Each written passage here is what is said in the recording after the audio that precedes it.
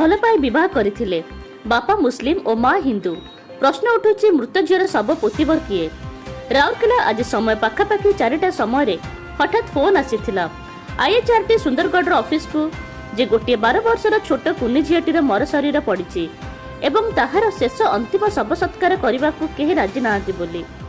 ସେ ତୁରନ୍ତ ତାଙ୍କ ସଦଳ ବଳେ ଯାଇ ବେଦବ୍ୟାସ IDC ରେଲୱେ ଫାଟକ ନିକଟରେ ଥିବା ଘଟଣାସ୍ଥଳରେ ଯାଇ ପହଞ୍ଚି ଯାଇଥିଲେ ଏବଂ ସେଠାରେ ପହଞ୍ଚି ସଠିକ୍ ଅନୁସନ୍ଧାନ ପରେ ଜାଣିବାକୁ ପାଇଥିଲେ ଯେ ଏହି 12 ବର୍ଷର କୁନି ଝିଅଟି ଜନ୍ମରୁ ବିକଳାଙ୍ଗଟିଏ, ଜନ୍ମରୁ ପାରାଲିସିସ୍ ରୋଗରେ ପୀଡ଼ିତ। ମୃତ୍ୟୁ ପରେ ମଧ୍ୟ ସେ ପ୍ରକୃତ ହିନ୍ଦୁ ନା ମୁସଲମାନ ସମ୍ପ୍ରଦାୟର ଛୁଆଟିଏ। ଏହି ଦ୍ୱନ୍ଦ୍ୱ ଭିତରେ ମୁସଲମାନ ସମ୍ପ୍ରଦାୟର ସମାଜ ସେବା ପାଇଁ ସେମାନେ ରାଜି ହେଉନାହାନ୍ତି କିମ୍ବା ହିନ୍ଦୁ ସମ୍ପ୍ରଦାୟର ମଧ୍ୟ ତାକୁ, ଯେହେତୁ ହିନ୍ଦୁ ଶୈବପୀଠଟି ଧାର୍ମିକ ପୀଠ, ତେଣୁ ମୁସଲମାନଙ୍କ ଶବକୁ ସେମାନେ ଗ୍ରହଣ କରୁନାହାନ୍ତି।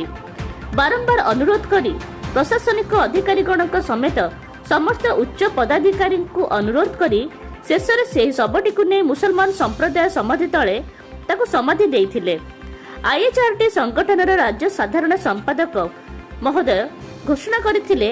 ତାହା ଆଜି ଅକ୍ଷର ଅକ୍ଷରେ ସେ ପ୍ରମାଣିତ କରି ଚାଲିଛନ୍ତି ଯେ ଯାହାର କେହି ନାହିଁ ସତରେ ତାହାର ଏହି IHRT ଅଛି ବୋଲି।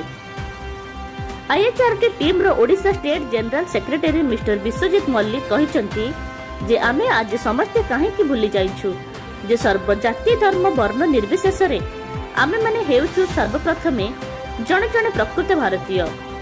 IHRT ଟିମ୍ର Odisha state general secretary mister Biswajit Mallick ମହୋଦୟ, IHRT ପ୍ରେସିଡେଣ୍ଟ ସୁନ୍ଦରଗଡ଼ ଶ୍ରୀ ବିଜୟାନନ୍ଦ ସୁନ୍ଦର ରାୟ, ମହିଳା ପ୍ରେସିଡେଣ୍ଟ ସାବିତ୍ରୀ ସାହୁ, ସସ୍ମିତା ନାୟକ, ନମିତା ରାଉତ, ରିତୁ ଅମ୍ରିତ ଓ ସନୋଜ ଶର୍ମାଙ୍କ ଉପସ୍ଥିତିରେ ସମସ୍ୟାର ସମାଧାନ ହୋଇଥିଲା। ରାଉରକେଲାରୁ ବସନ୍ତ କୁମାର ଜେନାଙ୍କ report, Odisha Sangram news. Phone ଆସିଲା ସନ୍ଧ୍ୟା 4ଟା ସମୟରେ ଯେ ଗୋଟେ ଅନନୋନ୍ ଡେଡ୍ ବଡ଼ିଟେ 12 ବର୍ଷର ଡେଡ୍ ବଡ଼ିଟେ ବେଦବ୍ୟାସର 100 ମିଲ୍ ଛକ ପାଖରେ ପଡ଼ିଛି।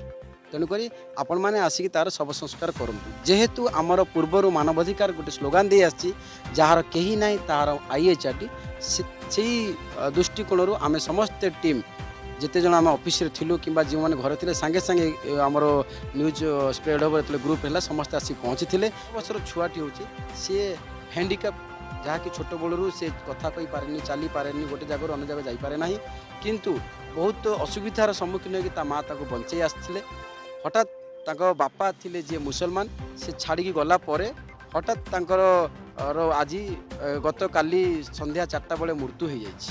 ମୃତ୍ୟୁ ହେଲା ଭିତରେ ତାଙ୍କ ମାଆ ଅସୁବିଧାର ସମ୍ମୁଖୀନ କ'ଣ ହୋଇଥିଲେ ନା, ଯେତେବେଳେ ସେ ଡେଡ୍ ବଡ଼ିଟାକୁ ନେଇକି ବେଦବ୍ୟାସ ଶୈବପୀଠକୁ ଯାଇଥିଲେ ସେତେବେଳେ ତାଙ୍କର ଆଧାର କାର୍ଡ଼ରେ ଯେହେତୁ ବାପାଙ୍କର ଟାଇଟଲ୍ ଅନୁଯାୟୀ ତାଙ୍କର ନାଁଟା ଥିଲା, ବାପାଙ୍କର ଟାଇଟଲ୍ ଅନୁଯାୟୀ ତାଙ୍କର ନାଁଟା ଥିଲା ମୁସଲମାନ ସମ୍ପ୍ରଦାୟର ଏବଂ ମାଆଙ୍କ ଟାଇଟଲ୍ ଅନୁଯାୟୀ ବାରୁଆ ଟାଇଟଲ୍ ତାଙ୍କ ଥିଲା। ତ ମୁସଲମାନ ଏବଂ ବାରୁଆ, ହିନ୍ଦୁ ଏବଂ ମୁସଲମାନର ଯେଉଁ ସମ୍ମିଶ୍ରଣ ହୋଇଥିଲା, ଯାହାଦ୍ୱାରା କି ବେଦବ୍ୟାସର ଶୈବପୀଠରେ ତାଙ୍କୁ ଗ୍ରହଣ କରାଯାଇନଥିଲା। ତ ସେ କ୍ଷେତ୍ରରେ ସେମାନେ ମନା କରିଦେଇଥିଲେ। ତାପର ମୁହୂର୍ତ୍ତରେ ସେମାନେ ମୁସଲମାନ ବୋଲି କହିକି ଯେତେବେଳେ ମସଜିଦକୁ ଯାଇଥିଲେ, ମସଜିଦରେ ମଧ୍ୟ ତାଙ୍କର ନିକାହ ହୋଇନଥିଲା ବୋଲି ବାପା ମାଆଙ୍କର, ତେଣୁକରି ଏ ଡେଡ୍ ବଡ଼ିକୁ ଗ୍ରହଣ କରାଯାଇ ପାରିନଥିଲା। ଏ କ୍ଷେତ୍ରରେ ସେମାନେ ଯାଇ ଯେହେତୁ ମାନବ ଅଧିକାରରେ ଅଛୁ ଏବଂ ମାନବିକତାକୁ ଦେଖାଇ ଆମେ ତାଙ୍କୁ ନେଇକି ଯାଇଥିଲୁ ଏବଂ ଶବ ସଂସ୍କାର କେମିତି କରାଯିବ ସେଥିପାଇଁ ତତ୍ପରତା ଦେଖାଇ ପ୍ରତ୍ୟେକ କ୍ଷେତ୍ରରେ ଆମେ ସମସ୍ତଙ୍କୁ କଣ୍ଟାକ୍ଟ କରିଥିଲୁ ଏବଂ ଆର କେମିତି କ'ଣ ସଠିକ୍ ଭାବରେ ଆମେ ଶବ ସଂସ୍କାର କରିବୁ ତା ପାଇଁ ଚେଷ୍ଟା କରୁ। ସବୁଠାରୁ ବଡ଼ ଦୁଃଖର କଥା ହେଉଛି ଆଜ୍ଞା, ଏଠି ଆମେ ଯାହା ଦେଖିଲୁ ମାନବ ଅଧିକାର ଅନୁଯାୟୀ କହୁଛେ ଯେ ମାନବିକତା ମରିଯାଇଥିଲା ବାଗିଆ ଲାଗିଲା। ଆମେ ସେଠି ପହଞ୍ଚିଲୁ ଯେତେବେଳେ ଗୋଟେ ଦୟନୀୟ ଅବସ୍ଥାରେ ଗୋଟେ 12 ବର୍ଷର ଛୁଆଟିଏ ପଡ଼ିଛି। ଆପଣ ସେ ଡେଡ୍ ବଡ଼ି ଦେଖିଲେ ବି ଜାଣିପାରିବେ। ଆମେ ଫଟୋ ଉଠେଇକି ଆଣିଛୁ। ସେଟା ଅପମୃତ୍ୟୁ କୁହାଯାଇ ପାରିବ ନାହିଁ, କାରଣ ଗୋଟେ ଛୋଟିଆ ଛୁଆ ଯାହାର ସେ ହ୍ୟାଣ୍ଡିକ୍ୟାପ୍ ଅଛି, ସରକାରଙ୍କର କୌଣସି ସୁବିଧା ସୁଯୋଗ ତା ପାଖରେ ପହଞ୍ଚି ପାରିନାହିଁ। ଯେଉଁ ଜାଗାରେ ଆମେ ଆଜି ଜୋରଦାର ସ୍ଲୋଗାନ ଦେଉଛୁ କି ଆମେ ବର୍ତ୍ତମାନ 75 ବର୍ଷ ସ୍ୱାଧୀନତା ପାଳନ କରୁଛୁ, ଯେଉଁ ଆମର ସ୍ୱାଧୀନତାର ମହୋତ୍ସବ ଚାଲିଛି, ତା ଭିତରେ ଗୋଟିଏ ଛୋଟ ଛୁଆଟିଏ ଯିଏ ହ୍ୟାଣ୍ଡିକ୍ୟାପ୍ ହୋଇଯାଇଛି, 12 ବର୍ଷ ହେଲାଣି, ତାକୁ ସରକାରର କୌଣସି ପ୍ରୋତ୍ସାହନ ନ ମିଳିବାରୁ ତାର ଭିତରେ ଡିଜିଜ୍, ବହୁତ ସାରା ଡିଜିଜ୍ ଥିଲା, ତାକୁ ମେଡ଼ିକାଲ ଟ୍ରିଟମେଣ୍ଟ ଠିକ୍ ଭାବରେ ହୋଇପାରିନାହିଁ, ଯାହାଦ୍ୱାରା କି ସେ ମୃତ୍ୟୁବରଣ କରିଛି।